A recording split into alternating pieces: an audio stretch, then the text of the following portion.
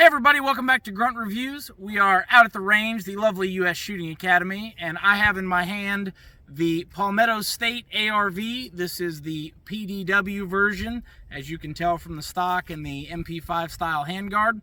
We are going to see how she performs at the range. Guys, as always, go down below, hit that like button, hit that subscribe button, drop a comment. Check us out on rumble.com, same name over there, and let's get into it.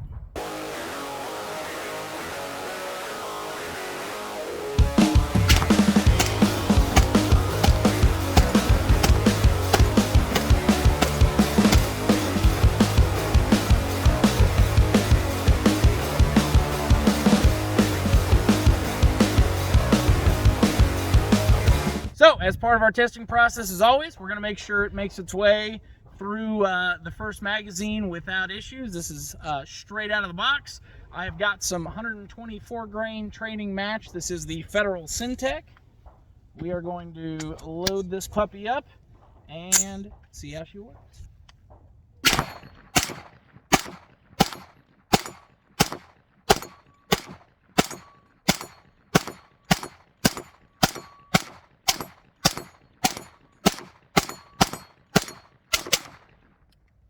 And locks back exactly as it should. So performance is exactly what we would expect out of this thing. So the next step, we're going to have some fun. I have got some 150 grain Federal Syntech. It is the subsonic stuff. We're going to put a can on the front of this and see how it performs suppressed. This is the F4 can, 9mm can from AB Suppressors. Those are the same folks that actually make the CZ line of suppressors.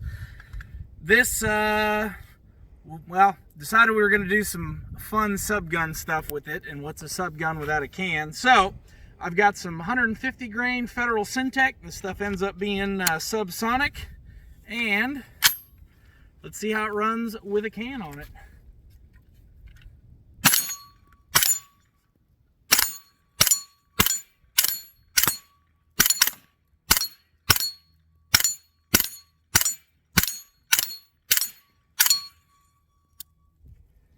Surprisingly enough, there's definitely some gas there.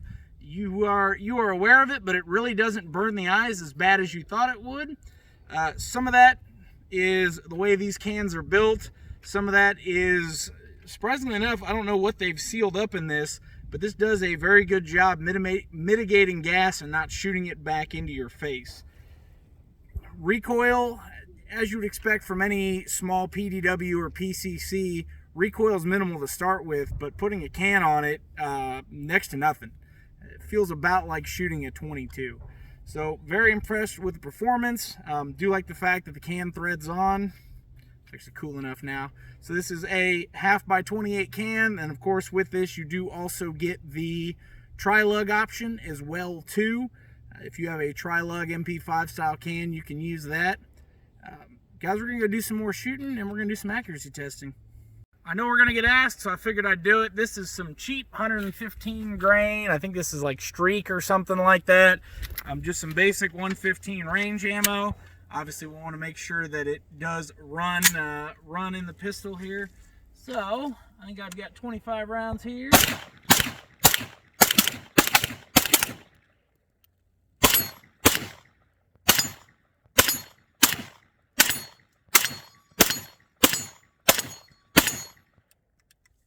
And locks back just like it should. So from 115 to 124 to 150 seems to run all of it without issue, and that is exactly what we expect it to do. So once again, out of the box, no lube. We hit it kind of like one of those casting couch videos. So we are going to fire 2 groups for the accuracy testing. With both of these groups, I am using that 150 grain Federal Syntech subsonic. I'm going to fire one group with the can, and then we are going to remove the can and fire the second group. Of course, I'll put the overlay here.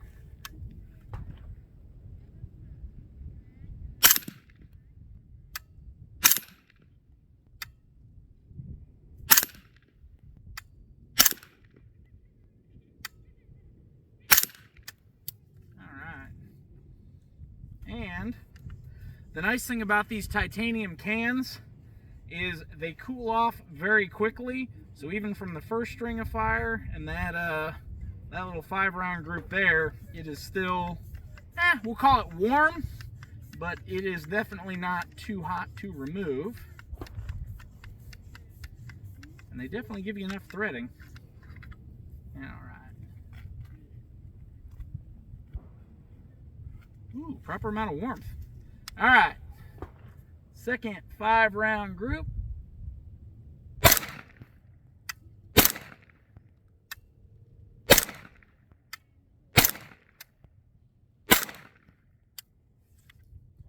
Time that out perfectly. Looking at this bad boy, first group, this is 25 yards with this. We had 3 that were in just under 1/2 inch, and then a couple of flyers. Obviously this was done from the standing position. I take full credit for those. This is with the can on. With the can off, same deal. We had a nice little keyhole there, and that's about total just under a 2-inch group there. This one, and like I said, I take full credit, about 3-inch. Subsonic ammo, accuracy pretty impressive. We're not going to get too deep into testing on this particular one, as it is a small short-range firearm. Let's go do some final thoughts. Final thoughts on this thing. After running it through the range review here, definitely want to spend some more time with it. Actually really do enjoy shooting this. Something I will mention, the thread protector was it's a little bit loose. Mounting that F4 can to it, those threads were kind of tight. Maybe that's a little bit of extra nitriding on the barrel. Could also be on the can side too. It did mount, but you kind of had to work it on there. Don't have a tri-lug can to play with. That may be something coming in the future. Handguard, I like it. It's a decent size. Do wish they would have at least given you 1 slot of M-lock on it, just for, you know, the accessory of your choosing. Maybe 1.5 down the side. Not a huge deal, but would have been a nice improvement. Really do like the mag release on this thing. When you actually have it in your hand, very easy. I'm trying to keep these out of the mud. Very easy to engage with your finger. The bolt catch, as we talked about in the tabletop, that kind of slide button style.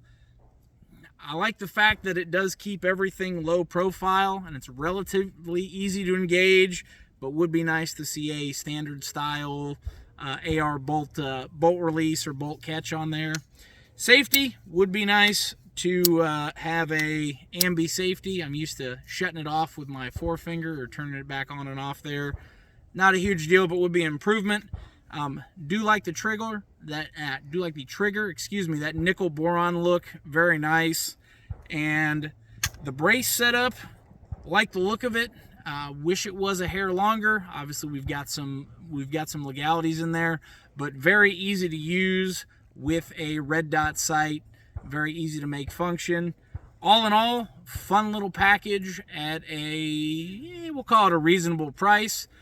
Guys, go down below, let me know your thoughts on this, and as always, stay safe, train hard.